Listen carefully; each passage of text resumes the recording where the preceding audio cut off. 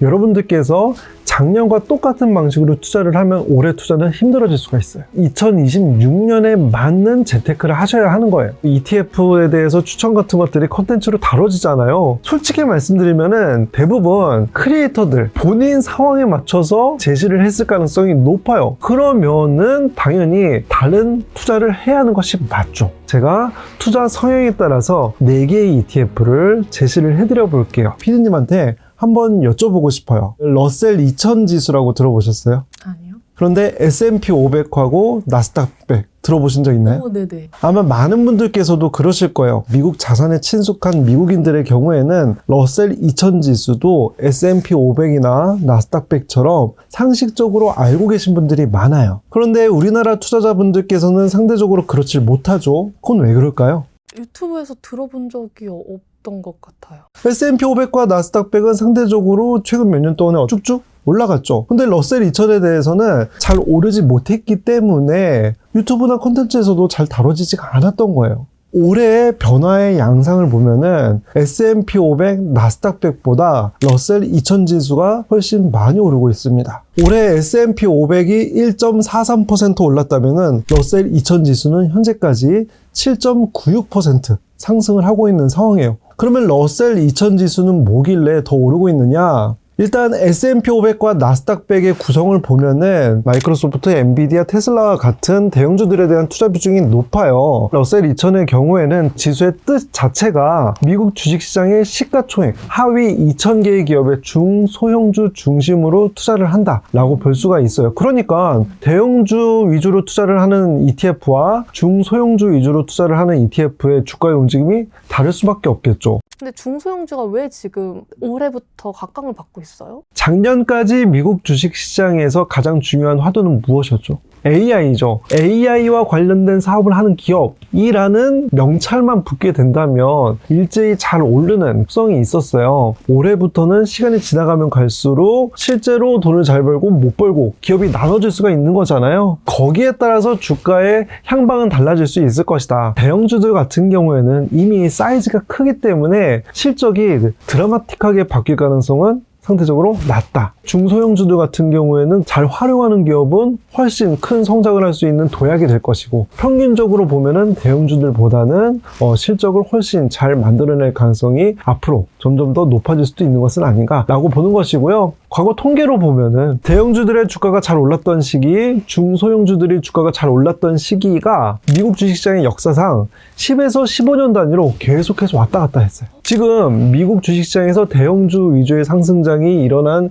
그 기간이 한 12, 13년 정도 돼요. 이제는 약간 중소형주의 시대가 올 수도 있는 건가요? S&P 500, 러셀 2000 모두 장기간의 성과로 보면은 장기 우상향의 그러한 속성은 똑같이 있습니다. 여기서 말씀드리는 것은 S&P 500이 올해 오를 것이냐 떨어질 것이냐 둘 중에 딱 하나만 묻는다면은 저는 올해에도 오를 가능성이 더 높다라고 판단을 합니다. 그 배경은 뭐냐면은 단순하게 S&P 500이 잘 오르기 때문에 오른다, 그것이 아니라 S&P 500을 중심으로 한 기업들이 작년보다 올해 돈을 더 잘 벌 가능성이 높다라고 점쳐지고 있습니다. 다만 작년 연말부터 미국의 투자은행이라든지 자산운용사 등에서 올해부터는 S&P 500보다 오히려 러셀 2000의 수익률이 더 나을 수가 있다. 예를 들어서 이러기가 쉬운 거죠. S&P 500 1%대 오르고 있는 상황이긴 하니까요. 그러면서 역시 S&P 500이 편하네 라고 하면서 계속해서 이렇게 모아가다가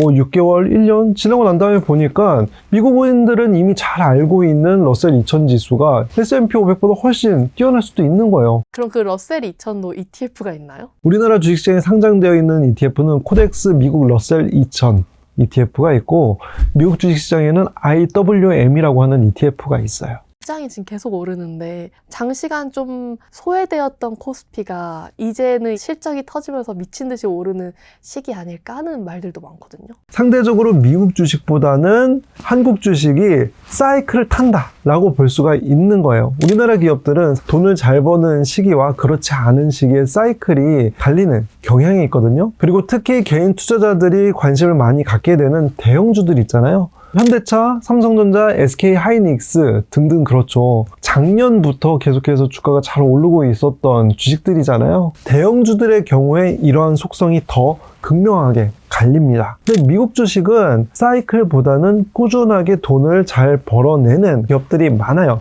내가 초보 투자자예요. 나는 시기를 잘 맞춰서 투자를 할 수는 없을 것 같아. 다만 단기간에 계속해서 내가 투자한 금액이 꾸준하게 불어났으면 좋겠어 라고 계획을 세우시면서 투자를 한다 라고 한다면은 기본적으로는 코스피보다는 미국 주식시장이 더 그 목표에 부합할 가능성이 높다. 반대로 나는 투자에 대해서 감각이 있어, 그래서 그런 시기를 잘 맞출 수 있을 것 같아 라고 하시는 분들은 코스피가 더 유리할 수도 있죠. 한국 주식을 했던 시기에 저도 단일 기업에 대해서 마통까지 뚫어가면서 이것은 무조건 갈 거야 라고 하면서 투자를 했고, 약간의 믿음의 영역으로서 무조건 올라야 해, 그런 식으로 생각보다 큰 금액을 투자를 해서 손실만 난 게 아니라 큰 수익을 냈던 경험 당연히 있어요. 하지만 그러한 투자를 몇 번 반복해서 내 계좌에 뭐 3년 후, 4년 후, 5년 후 남은 그 수익률은 한 0.3%에서 5%? 이 정도밖에 되질 않습니다. 내 원금 대비. 수익률이 2배, 3배가 된 적도 있지만 반토막, 3분의 1 토막, 4분의 1 토막도 견뎌내야 했던 그런 투자가 있었다 라고 볼 수가 있는 것이죠. 그래서 내가 무엇을 잘 알고 있고 내가 무엇을 할 수 있는지에 따라서 선택이 달라지는 것이지, 지금까지 주가가 오른 것을 보고선 얘가 더 오르겠구나 라고 생각하면서 투자를 하는 것은 결코 합리적이지가 않습니다. 뭐 S&P 500이랑 뭐 나스닥 100 이런 거 같이 모아가면 된다. 뭐 묻고 따지지도 말고 그 두 개만 딱 모아가라.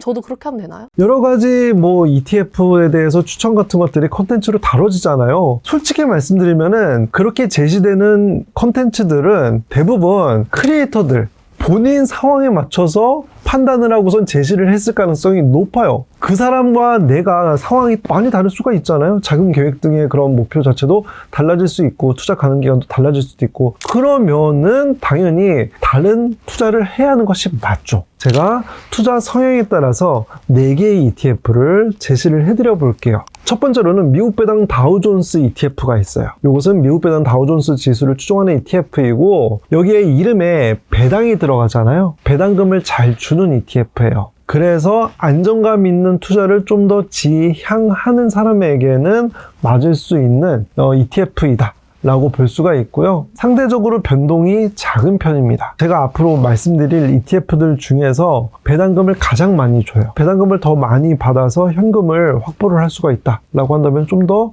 하락기가 오더라도 견딜 수 있는 그런 상황이 되는 것이죠. 그리고 두 번째는 미국 배당 퀄리티 ETF. 이 ETF를 설명을 드릴 때는 그 다음 단계 3단계인 S&P 500과 한번 비교를 해서 설명을 드릴게요. 처음 주식 투자를 하신다, S&P 500에 장기 투자를 하는 것부터 시작하는 것이 합리적이다 라고 오래전부터 일관되게 말씀을 드렸던 메시지인데, 결과적으로 보면은 그것이 많은 분들에게 도움이 되는 투자가 되기도 하였어요. 하지만 꾸준하게 이어가는 사람들이 많지를 못했다. 이 S&P 500 ETF는 매그니피센트 7이라고 하는 빅테크 기업들에 대한 투자 비중이 굉장히 높기 때문에 사실상 이들의 주가 변동에 따라서 함께 주가가 움직이는 경향이 있어요. 그리고 작년 같은 경우에도 트럼프 대통령이 4월 달에 관세와 관련돼서 여러 가지 이벤트가 있었잖아요. 그러다 보니까 단기간에 고점 대비 18% 가까이 일찍이 떨어지기도 했죠. 변동성이 커요. 투자 성과는 S&P 500과 비슷하면서 상대적으로 주가 방어를 잘 하는 미국 배당 퀄리티 ETF를 말씀을 드리는 거예요. 미국 배당 퀄리티 ETF는 배당금이 앞으로 많이 늘어날 가능성이 높은 주식들을 선별을 해서 투자를 합니다. 그래서 앞에서 말씀드렸던 미국 배당 다우존스와 S&P 500의 중간적인 성향을 갖고 있다. S&P 500이 너무 변동성이 커서 두렵다 하시는 분들은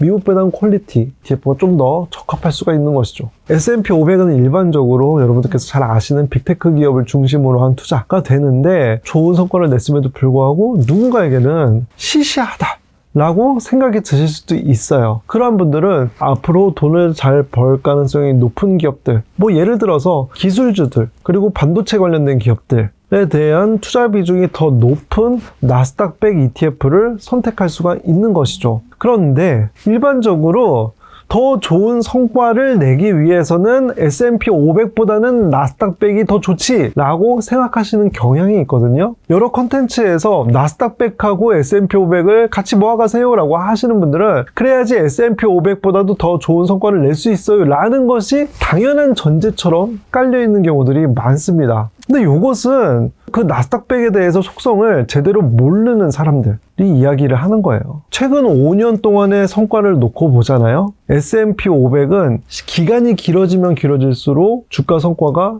더 좋아지는 경향이 있었어요. 그런데 나스닥백 같은 경우에는 최근 3년하고 최근 5년 동안의 주가 성과가 거의 똑같아요. 그 5년과 3년 그 사이 2년 동안에 주가가 거의 오르지 못한 상태였다가 최근 3년 동안에 많이 올랐다는 거예요. 나스닥백 같은 상품은 S&P 500보다 투자 타이밍을 좀 더 잘 잡아야지 더 좋은 성과가 나는 상품이다.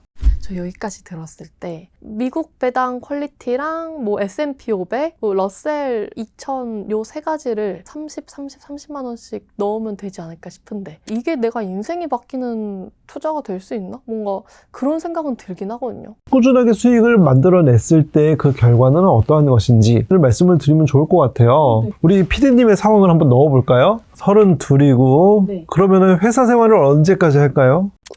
52까지 하면 참 행복할 것 같긴 합니다. 52, 한 20년 은퇴 시점이라고 할게요. 네. 만 나이가 52세가 되고 투자 가능 금액은 지금은 월에 100만 원씩 넣고 있는데 제가 연봉이 오를 때마다 투자를 해야겠다라는 생각은 있어요. 연봉이 한 어느 정도 오를 수 있을까? 물가 상승률보다 조금 아니면 그 수준인 3%이다. 수익률을 미국 S&P 500의 역사적인 수익률 10%를 네. 가정을 한 것이고요. 나의 금융자산은 17억 3,500만 원 정도. 그러면은 나의 투자 수익 14억 원. 제 자산이 17억 원이 되는 거예요? 52세가 됐을 때? 여기서 두 가지 포인트. PD님께서 투자 가능 기간을 20년으로 잡았잖아요. 네. 근데 이것을 10년으로 한번 바꿔볼게요. 내 계좌에 남는 돈은 2억 8,900만 원. 갑자기 너무 주는 거 아니에요? 그렇죠. 10년이라고 하면 투자 가능 기간이 반으로 된 거잖아요. 네. 적어도 5, 6억은 되겠지라고 생각하기가 쉬운데 지금 2억 8,900만 원이 되었다라는 점 확인할 수가 있고요. 다시 투자 가능 기간을 20년으로 잡았을 때 납입 금액이 연봉이 상승하는 그 3%만큼 더 늘려나간다. 근데 그렇게 하지 않고 다 써버렸다. 신난다. 월급 올랐네. 더 쓰자라고 해서 똑같은 금액으로만 투자를 했다라고 가정을 하면은 17억 3,500만 원이 7억 6,500만 원으로 절반 이하로 줄어들게 돼요. 10억 어디 갔어?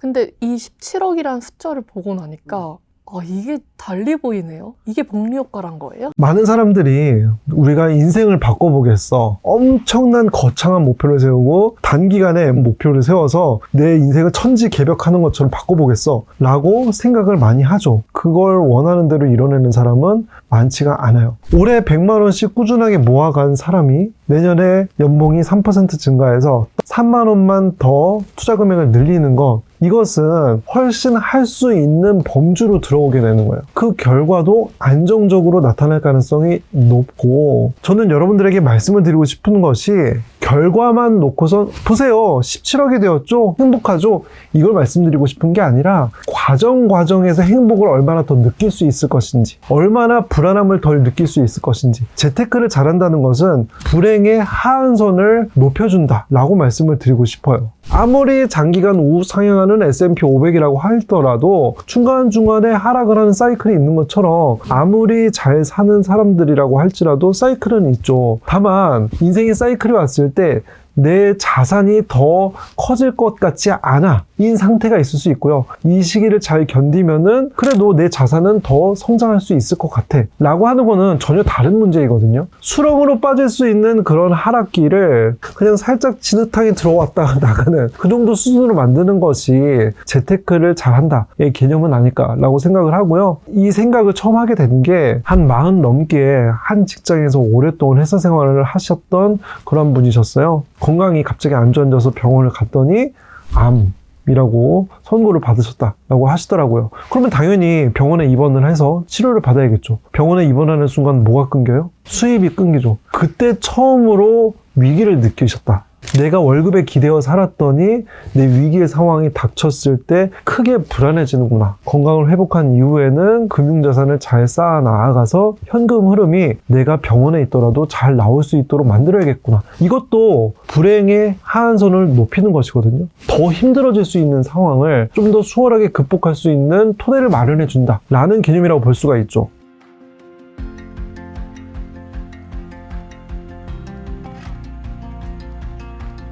그분 어떻게 되셨어요? 간간히 연락을 주시는데 암도 다 완쾌되시고 그 미국 주식으로 지금 월 한 300만 원 정도 들어오고 계세요. 지금 최근 몇 년 동안 투자를 하셔서. 제가 지금 그냥 증권사 앱으로 사고 있는데 그냥 그렇게 담아가면 되는 거예요, 매달? 보통은 ISA 계좌, 연금저축 계좌 활용한다기보다 그냥 가입하자마자 개설된 그 주식 계좌인 그 일반 계좌에서 매수하고 있을 가능성이 높다. 개인 투자자분들께서 더 큰 수익을 추구를 하고 싶다. 기본적인 것이 바로 절세 계좌를 활용하는 거예요. 미국 주식에 투자를 해요. 그러면 수익이 발생을 해요. 그럼 수익에 대해서는 어떠한 방식으로든지 간에 세금을 내게 돼 있어요. 하다못해 우리가 은행에서 적금이나 예금을 들잖아요. 거기에서 받는 이자에 대해서도 세금을 내요. 15.4%의 이자 소득세를 내거든요. 몰랐죠? 이자를 크게 못 받으니까 그게 있는지도 몰랐던 거예요. 미국 주식에서도 15.4%의 세금을 내는 거예요. 그러면 내가 내야 하는 세금이 정해져 있어요. 그 비용을 확실하게 줄일 수가 있다 라고 한다면은 이익은 커지는 거죠. 누구나 활용할 수 있는 계좌가 ISA 계좌예요.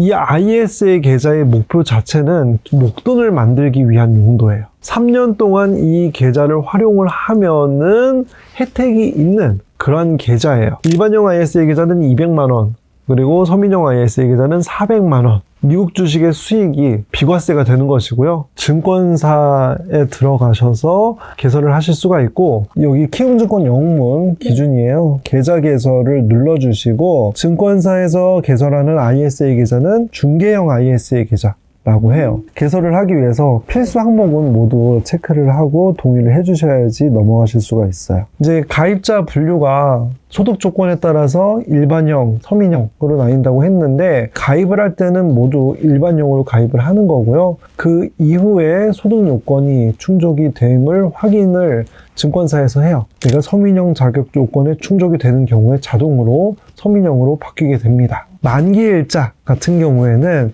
지금 여기 2076년 1월 19일로 되어 있어요.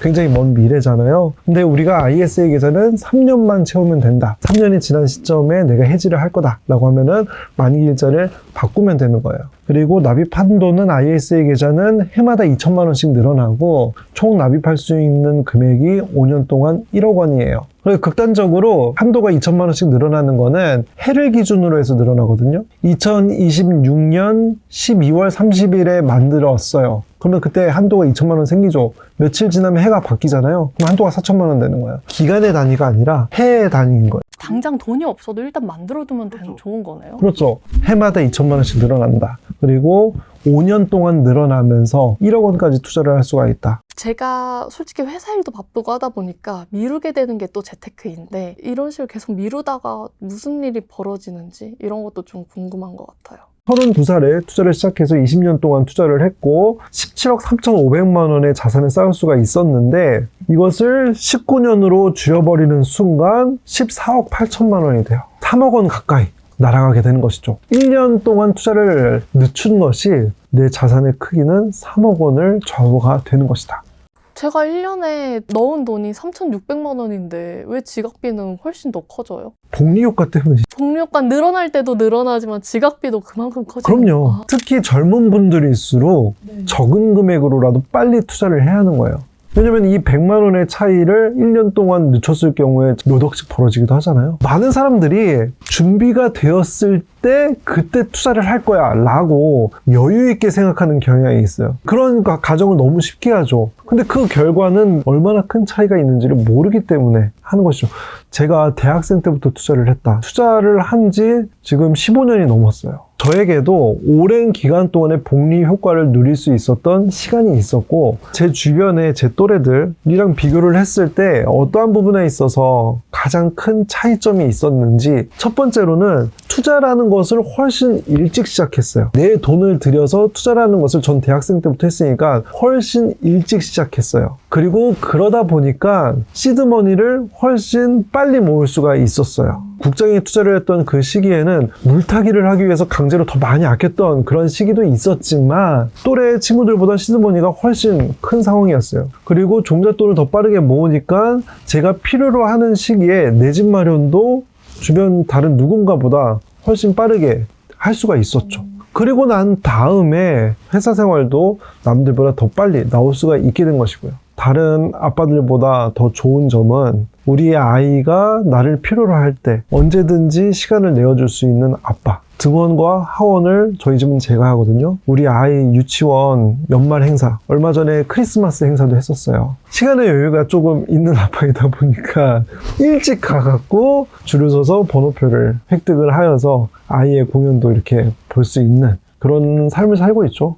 지금의 이 상대적인 시간의 여유는 좀 더 어렸을 때 밤늦게까지 공부를 했던 그 시간에 대한 보상인 거라고 생각을 해요. 저는 솔직히 누가 알려주는 사람이 없었어요. 제가 처음 미국 주식 투자를 할 때에도 주변에 미국 주식 투자하는 사람 거의 없었거든요. 개인 투자자들은. 그러다 보니까 먼저 혼자 알아가야 하는 것들이 꽤 많았던 거예요. 저와 함께 시작하시는 분들은 그런 시간을 세이브를 하고 시작하시는 것이니 저보다는 헛된 시간을 보내지 않고 투자를 잘 하실 수 있지 않을까 라는 생각은 있습니다. 광금님과 너나이님께 통장 세팅부터 시작해서 주식, 부동산까지 올인원으로 배울 수 있다고 들었거든요. 내 상황에 맞춰서 어떻게 돈을 모으고 투자를 어떻게 해야 하는지 이 부분에서 제약이 생기다 보니까 실제로 내가 하게 되기까지가 어려워지는 거예요. 예를 들어서 절세계좌, ISA 계좌, 연금저축계좌 찾아보면은 많은 영상들이 나오죠.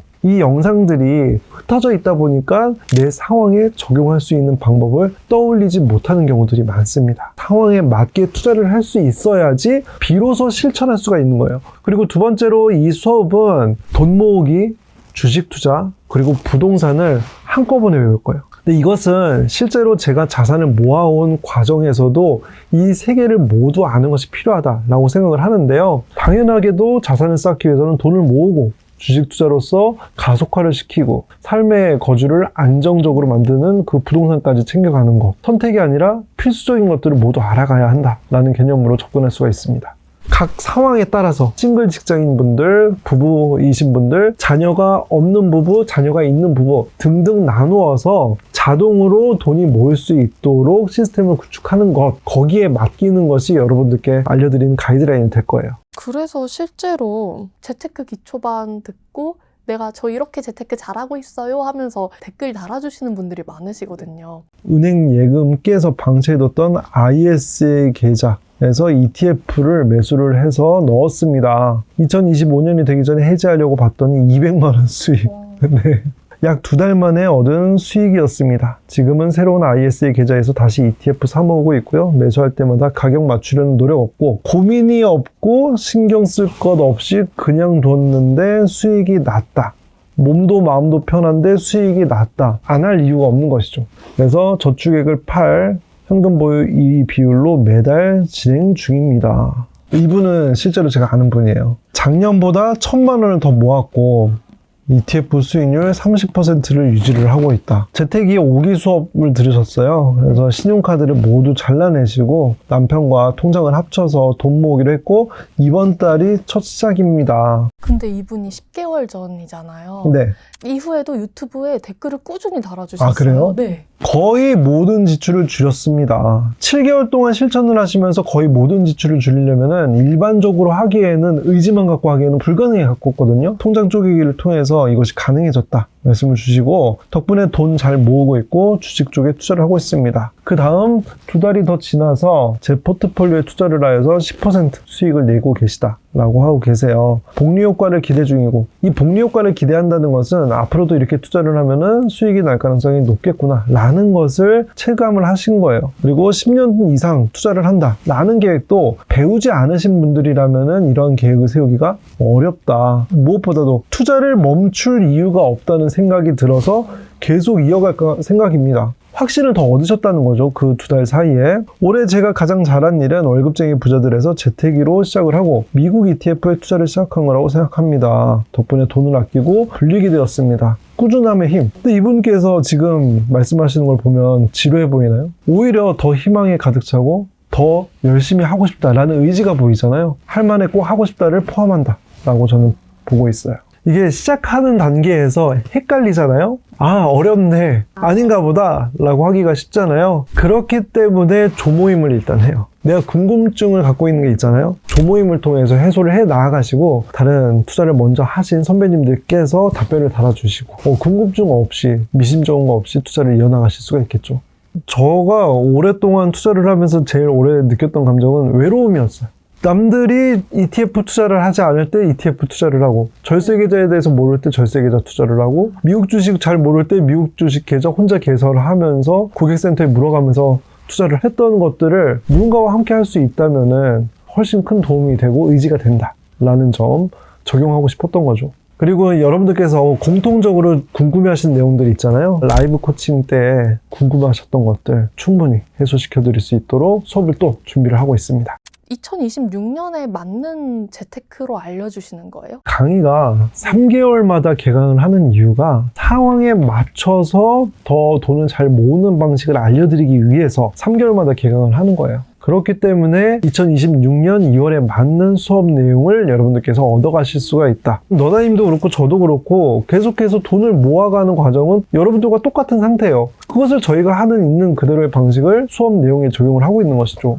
너무나도 당연하게 저는 여러분들에게 알려드리는 방식대로 제 아이의 계좌에게도 세팅을 했어요. 아, 정말요? 오, 다를 이유가 없어요.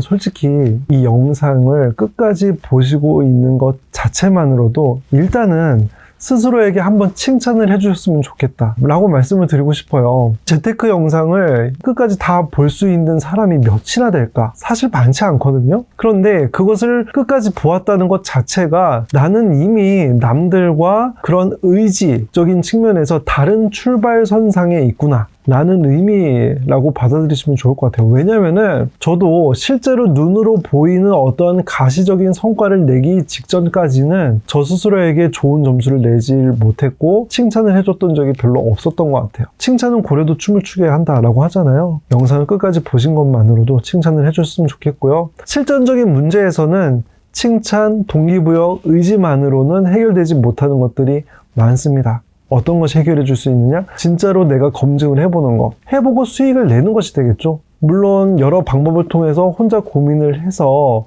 알아가실 수도 있겠지만 그러한 고민하는 시간들 모두 비용이잖아요. 의지는 있지만 우려가 되고 걱정이 된다 라고 하신다면은 그것을 함께 덜어내실 수 있는 계기가 되었으면 좋겠어요.